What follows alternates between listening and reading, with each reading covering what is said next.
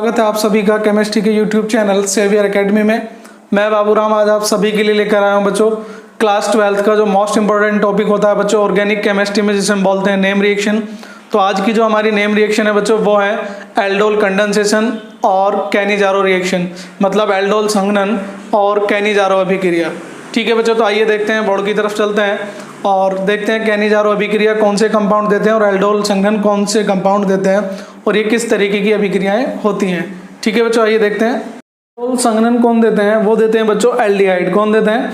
Aldehyde. और बच्चों कौन से एल्डिहाइड देते हैं उनकी बात करते हैं बच्चों।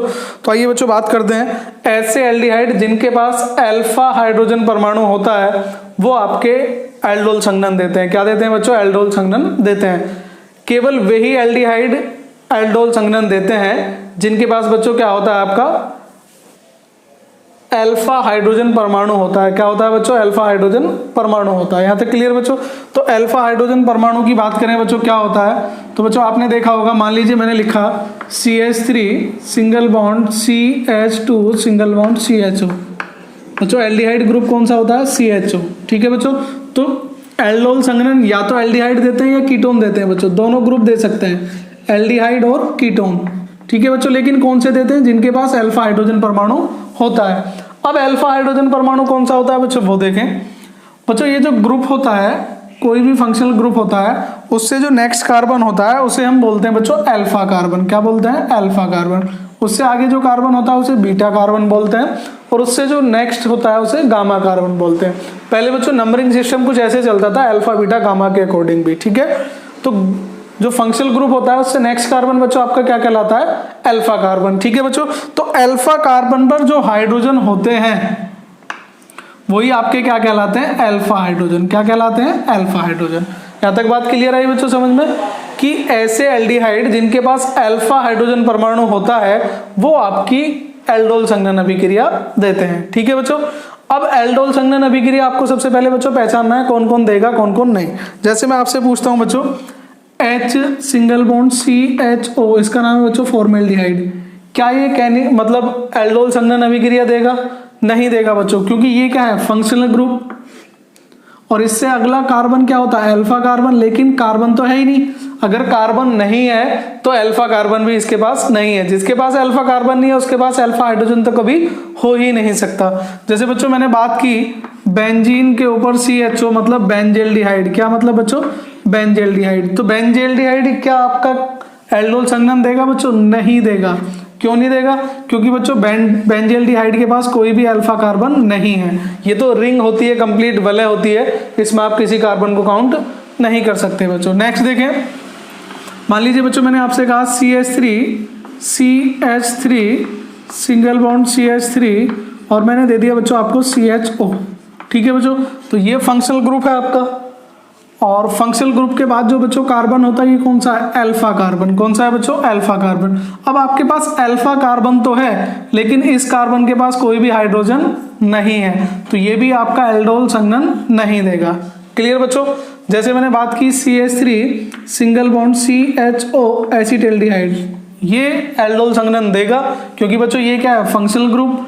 ये कौन सा कार्बन है? अल्फा कार्बन, और अल्फा कार्बन पे जो हाइड्रोजन है वही क्या होते हैं? आपके अल्फा हाइड्रोजन। ठीक है बच्चों, तो केवल और केवल वही एल्डिहाइड एल्डोल संघनन देते हैं जिनके पास क्या होता है बच्चों? अल्फा हाइड्रोजन होता है। क्या होता है बच्चों? Alpha hydrogen.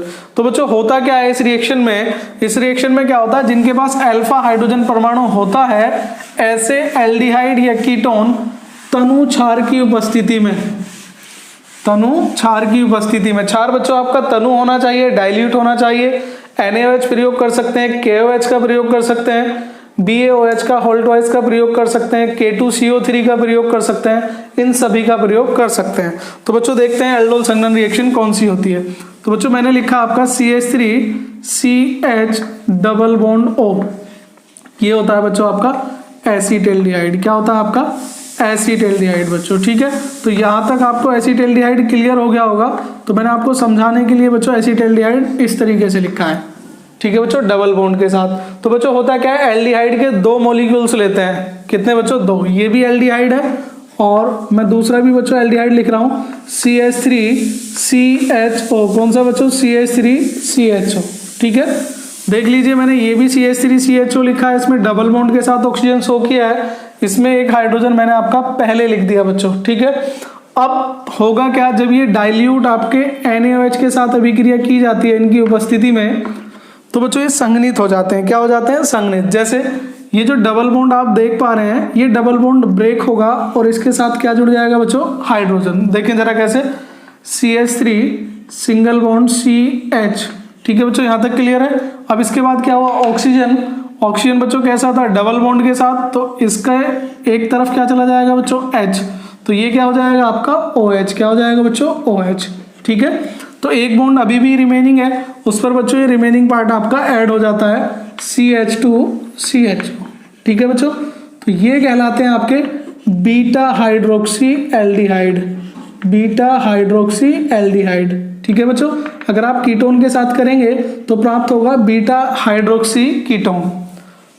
एक बार फिर समझ लीजिए बच्चों, स्ट्रक्चर को लिखने का तरीका अगर आपका समझ में आ गया है तो रिएक्शन में कोई प्रॉब्लम नहीं होती है।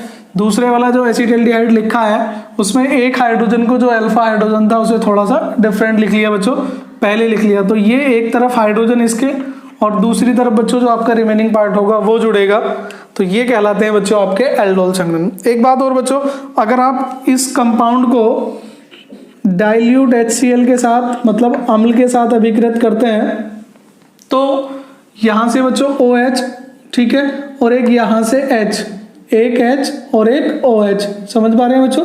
तो ये निकल जाएगा बच्चों आपका H2O। क्या निकल जाता है? H2O। तो ये प्राप्त हुआ बच्चों आपको CH3 सिंगल बॉन्ड CH, और यहाँ पर एक H2O निकलने से यहाँ डबल बॉन्ड आ जाएगा, तो ये हो जाएगा डबल बॉन्ड CH CHO, ठीक है बच्चों।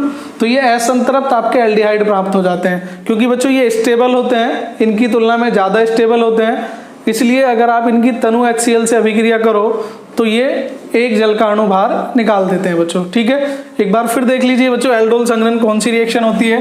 मैंने बताया बच्चों, एल्डोल संघनन वे रासायनिक अभिक्रियाएं मतलब वे एल्डिहाइड देते हैं। मैं आपको बच्चों प्रोपेन दिखा देता हूँ, CH3 single bond C double bond O, और मैंने नीचे लिख दिया बच्चों CH3, क्योंकि इसका फॉर्मूला क्या होता है? फॉर्मूला होता है बच्चों CH3CO CH3। रिएक्शन को ठीक से समझाने के लिए थोड़ी सी स्ट्रक्चर बच्चों मैंने चेंज कर दी, CH3CO और नीचे लिख दिया CH3। दूसरा बच्चों जो आपका मॉलिक्यूल्स है वो हो जाएगा CH3CO CH3। बच्चों दोनों मॉलिक्यूल्स हैं, ये भी कीटोन है एसीटोन और ये भी एसीटोन है। लिखने का तरीका इसलिए चेंज किया है जिससे आपको रिएक्शन अच्छे से समझ में आ सके बच्चों, ठीक है। तो देखते हैं बच्चों, ये क्या होगा? ये H जो है बच्चों ऑक्सीजन के साथ अटैच होगा और क्या हो जाएगा आपका? OH। क्या बन जाएगा बच्चों आपका? OH CH3C, ठीक है बच्चों। ये H ऊपर चला जाएगा तो क्या हो जाएगा इसके पास? OH, सामने बच्चों आपका CH3, ठीक है, और जो रिमेनिंग पार्ट है बच्चों आपका वो इससे जुड़ जाएगा, CH2CO CH3। यहाँ तक क्लियर बच्चों? तो ये आपकी कहलाती है एल्डोल संघनन। अगर आप इस कंपाउंड को भी गर्म करते हैं बच्चों, डाइल्यूट आपके किसके साथ बच्चों? ये भी ध्यान रखें, डाइल्यूट आपका NaOH होगा, तनु होंगे बच्चों 4, और डाइल्यूट HCl के साथ आप अभिकृत करते हैं तो यहाँ से OH और एक H, क्या निकल जाएगा बच्चों आपका? H2O। क्या निकल जाएगा? H2O। ये हो जाएगा बच्चों C सिंगल बॉन्ड CH3, और यहाँ पर आ जाएगा आपका डबल बॉन्ड CHCO CH3। तो बच्चों ये क्या हो जाते हैं आपके? अनसैचुरेटेड, क्योंकि इसमें क्या आ जाता है? डबल बॉन्ड, ठीक है। तो बच्चों एल्डोल संघनन आपके लिए तो इतनी ही है। डाइल्यूट HCl से जो मैं अभिक्रिया करा रहा हूँ ये कन्वर्जन में कई बार देखने को मिल जाती है, लेकिन बच्चों आपको एल्डोल संघनन कहाँ तक लिखनी है? जब आपका एल्डोल कंपाउंड प्राप्त हो जाता है बच्चों, ठीक है। यहाँ तक क्लियर? तो आइए बच्चों नेक्स्ट रिएक्शन की तरफ चलते हैं, जिसका नाम है कैनिजारो अभिक्रिया। क्या नाम है बच्चों? कैनिजारो अभिक्रिया। तो बच्चों बात करते हैं कैनिजारो अभिक्रिया की। तो कैनिजारो अभिक्रिया भी एल्डिहाइड देते हैं, लेकिन बच्चों कौन से एल्डिहाइड देते हैं? जिनके पास अल्फा हाइड्रोजन नहीं होता है, मतलब अल्फा हाइड्रोजन विहीन एल्डिहाइड। दोनों में डिफरेंस है बच्चों, जो जिनके पास अल्फा हाइड्रोजन होता है वो एल्डोल संघनन देते हैं, और जिनके पास अल्फा हाइड्रोजन नहीं होता वो क्या देते हैं बच्चों? कैनिजारो अभिक्रिया देते हैं, ठीक है बच्चों। रिएक्शन वही आपकी डाइल्यूट NaOH की प्रेजेंस में होगी, ठीक है बच्चों। तो यहाँ तक बात करते हैं आज कैनिजारो अभिक्रिया की। तो कैनिजारो अभिक्रिया बच्चों केवल और केवल एल्डिहाइड देते हैं, इसे कीटोन नहीं देते हैं। तो बच्चों कौन से देते हैं? जिनके पास अल्फा हाइड्रोजन परमाणु नहीं होता है, ठीक है बच्चों।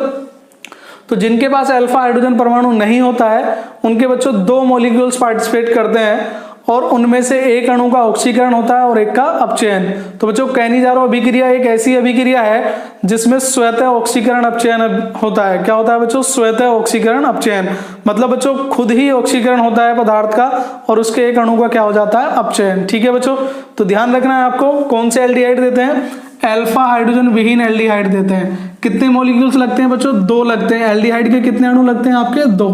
ठीक है बच्चों, उनमें से एक अणु किसमें कन्वर्ट हो जाता है? अल्कोहल में। किसमें कन्वर्ट हो जाता है बच्चों? अल्कोहल में। और दूसरा किसमें हो जाता है? एसिड में। किसमें बच्चों? एसिड में, जो क्षार के साथ क्रिया करके क्या बनाएगा? Acid salt. क्या बनाएगा बच्चों? Acid salt. तो आपको रिएक्शन के लिए बच्चों इतना जरूर ध्यान रखना है कि एल्डिहाइड के 2 मॉलिक्यूल्स पार्टिसिपेट करते हैं। NaOH या KOH के साथ अभिक्रिया करेंगे तनु के साथ तो अल्कोहल बनेगा और एक एसिड का सॉल्ट बनेगा। तो आइए बच्चों रिएक्शन की तरफ चलते हैं। तो बच्चों HCHO मैंने थोड़ी देर पहले समझाया था, इसके पास बच्चों आपका क्या नहीं होता? अल्फा हाइड्रोजन नहीं होता है। तो बच्चों जब इसकी आप अभिक्रिया करते हैं किसके साथ? NaOH के साथ। किसके साथ बच्चों? NaOH के साथ। तो मैंने बताया बच्चों कितने मॉलिक्यूल्स पार्टिसिपेट करते हैं? 2। 2 अणु भाग लेते हैं बच्चों, और 2 अणु में से एक अणु किसमें कन्वर्ट होता है? अल्कोहल में। तो बच्चों इसमें कार्बन कितना? एक कार्बन का अल्कोहल अगर आप बनाएं तो फॉर्मूला होगा बच्चों CH3OH। क्या होगा? CH3OH। आपको फॉर्मूले बच्चों मैंने बनाने बता दिए थे। तो देखें, एक कार्बन और अल्कोहल क्या होता है? OH। बैलेंसी कंप्लीट करोगे तो क्या फॉर्मूला बन के आएगा? CH3OH। और दूसरा अणु किसमें कन्वर्ट होता है बच्चों?